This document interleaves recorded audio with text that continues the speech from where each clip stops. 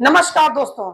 Dream eleven को बंद हुए पूरे 1 साल का वक्त बीत चुका है, क्योंकि आप सभी को अच्छे से याद होगा कि पिछले साल ऑनलाइन गेमिंग बिल 2025 अगस्त के महीने में ही लागू हुआ था, जिससे के चलते हुए जितने भी हमारे फैंटेसी एप्लीकेशन थे, चाहे वो ड्रीम इलेवन हो, चाहे माई लेवल का हो, चाहे एमपीएल हो, जितने भी ऑनलाइन फैंटेसी एप्लीकेशन थे, ये सारे बंद पड़ गए हैं और आज की डेट तक ये बंद है। लेकिन बात ये नहीं दोस्तों, बात ये है कि जिस चीज को मद्देनजर रखते हुए ये ऑनलाइन गेमिंग बिल 2025 लाया गया था, उसमें यह कहा गया कि युवाओं को किस तरह से आर्थिक नुकसान हो रहा है, उनकी मेंटल हेल्थ खराब हो रही है, उनकी जो फिजिकल हेल्थ है वो खराब हो रही है, ये सारी चीजें खराब हो रही है। इस चीज को मद्देनजर रखते हुए ये कानून लाया गया। लेकिन आज मैं इस वीडियो में आपको ऐसे 10 चीजें बताऊंगा जिसके चलते युवा और बर्बाद हो रहा है और गलत रास्ते पे जा रहा है। और भी कई चीजें हैं जो कि मार्केट में अभी चल रही हैं लीगल तरीके से, लेकिन सिर्फ एक फैंटेसी को टारगेट करके बंद कर दिया गया।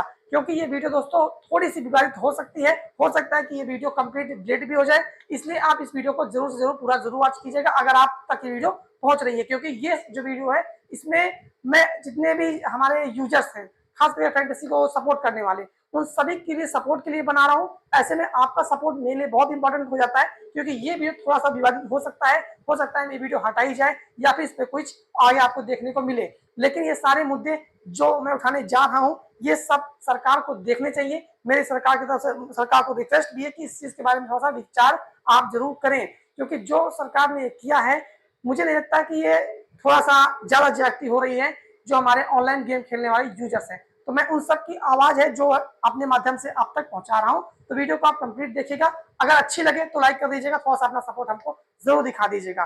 दोस्तों एक एक करके हम सारी चीजों के ऊपर बात करने वाले हैं, लेकिन सबसे पहले हम बात करेंगे दोस्तों जो ऑनलाइन गेमिंग बिल लाया गया था उसके दौरान जो दलीलें दी गई, कहा गया कि युवा जो है इससे आदी हो रहे हैं, एडिक्ट हो रहे हैं। तो दोस्तों आदि तो जो हमारे युवा हैं वो गलत रास्ते पे शराब पी करके भी जा रहे हैं, क्योंकि शराब को सरकार ने लीगल कर रखा है, सरकार ने ठेके खोल रखे हैं। तो वहां पर आराम से युवा जाता है, अपना जो पैसा होता है उसको दे करके शराब खरीदता है। अब वो शराब से उसका कौन सा फायदा हो रहा है? उसकी हेल्थ नुकसान जा रही है, उसका फाइनेंशियल लॉस भी हो रहा है, उसका मेंटल लॉस भी हो रहा है, सब तरीके का लॉस हो रहा है। लेकिन बात यह है कि वो गवर्नमेंट की चीजें हैं, सरकार ने उसको लीगल कर रखा है, तो लोग उसको ले रहे हैं, अपना यूज कर रहे हैं।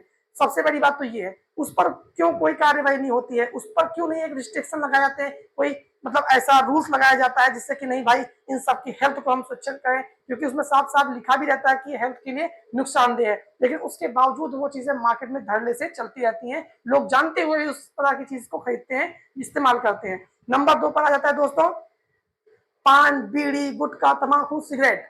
इनका ऐड आपने देखा होगा, बड़े बड़े फिल्म स्टार करते हैं। अब नाम लेने की मुझे जरूरत नहीं है, आप जानते हो कि मैं किन की बात कर रहा हूँ। वहां पर गुटखा, सिगरेट, बीड़ी, तंबाकू का जिस तरीके से खुलेआम प्रचार किया जाता है, उसके बारे में कहा जाता है, लेकिन इसका एक आड़ ये लिया जाता है कि जैसे कि आपने देखा होगा वो इलायची का नाम लेकर के क्या बेच रहे होते हैं वो आप अच्छे से जानते हैं। ठीक इसको लेकर के अभी अपना महाराष्ट्र में या पुणे में मुझे एक न्यूज याद आ रही है, कोई सर ने उसके लेकर के कुछ मतलब नोटिस भी भेजा है इन स्टारों को। ये उड़ती उड़ती न्यूज अभी मुझे यूट्यूब पे देखने को मिली, उतना मुझे डिटेल्स के बारे में नहीं पता है, आपको पता है तो आप कमेंट में जरूर शेयर कीजिएगा। तो सबसे बड़ी बात यह है, जो चीजें नशे से जुड़ी हुई चीजें हैं उनको तो नहीं रोका जा रहा है, उन पर कोई मतलब नहीं लगाया जा रहा है सेंक्शन या फिर कोई रोकथाम, कोई सा उपाय जिससे कि युवा गलत रास्ते पर ना जाए, युवा उनको इस्तेमाल ना करे।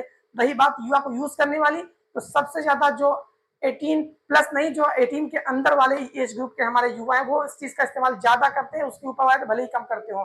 तो सबसे बड़ी बात गवर्नमेंट को इस साइड में भी सोचना चाहिए कि कैसे हमारे देश का जो नाबालिग युवा है वो इन सब चीजों की तरफ जा रहा है, उसको रोकने के लिए आपके पास क्या प्लान है और आप उसके लिए क्या करना चाहते हैं।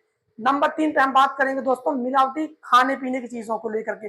आपने देखा होगा आए दिन हमारे टीवी चैनल्स पे आपको देखने को मिलता रहता होगा कि गलत तरीके की पनीर मार्केट में बिक रही है, दूध नकली बिक रहा है, अंडा नकली बिक रहा है, सब्जियां नकली बिक रही हैं।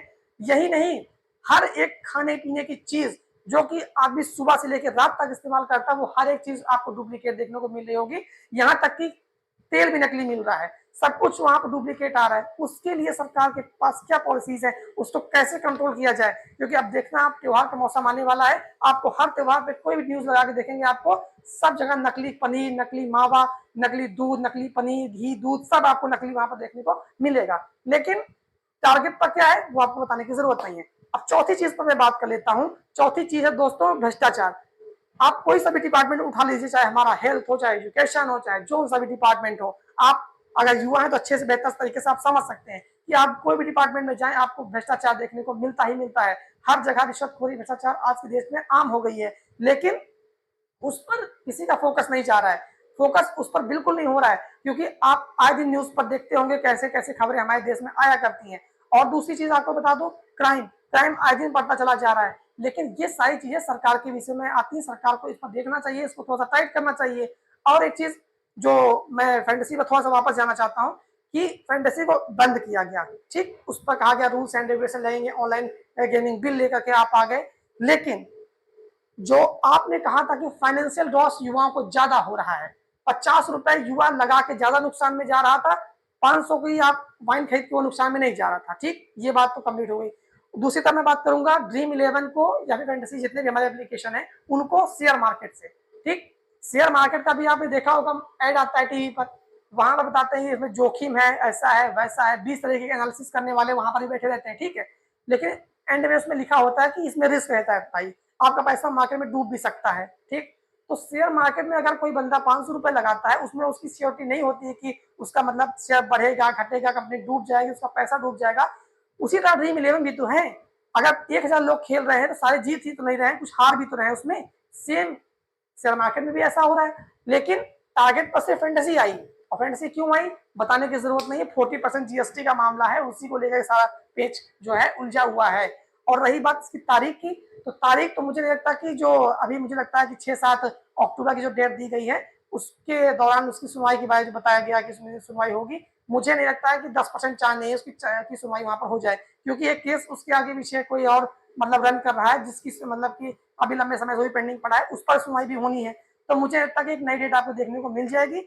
सबसे बड़ी बात यह है कि मैं ये कहना चाहता हूँ कि जिन मुद्दों को लेकर के ऑनलाइन गेमिंग बिल 2025 आया था, युवाओं की जो पैसे की लॉस की बात की गई, उनकी हेल्थ की लॉस की गई, बात की गई, यानी कि उनके लिए जितने भी आपने लॉस गिना दिए वो तो ठीक था, लेकिन जो मैंने स्टार्टिंग में सारी चीजें बताई, क्या युवाओं का पैसा, उनका जो हेल्थ है वो उसमें लॉस नहीं हो रहा है? अगर हो रहा है तो उसके लिए क्या रूल्स एंड रेगुलेशन है? और अगर शेयर मार्केट की बात की जाए, वहां पर भी लोगों का पैसा डूब जाता है, वहां पर भी सिक्योरिटी नहीं होती है। तो दोस्तों बात यह है कि कुल मिला के चीजों को बैलेंस रखना चाहिए। मुझे पता है कि इतने बड़े देश में कहीं ना कहीं करप्शन और ये सब चीजें, मिलावट की सारी चीजें चलती रहती है, लेकिन इनके लिए भी तो कुछ हार्ड रूल बनना चाहिए। अगर आप मेरी बात से सहमत हैं तो आप कमेंट में अपनी राय जरूर शेयर कीजिएगा। बल्कि अगर आपको मेरी वीडियो अच्छी लगी हो तो वीडियो को लाइक कर दीजिएगा। बाकी रही बात जो सुनवाई लगी हुई है 6-7 अक्टूबर की, उसको लेकर अगर कोई अपडेट आता है तो मैं आपको अपने चैनल पर जरूर बताऊंगा। फिलहाल आज की वीडियो में इतना ही था। आपसे मुलाकात किसी दूसरी वीडियो में होगी, तब तक के लिए आप सबका बहुत बहुत धन्यवाद दोस्तों।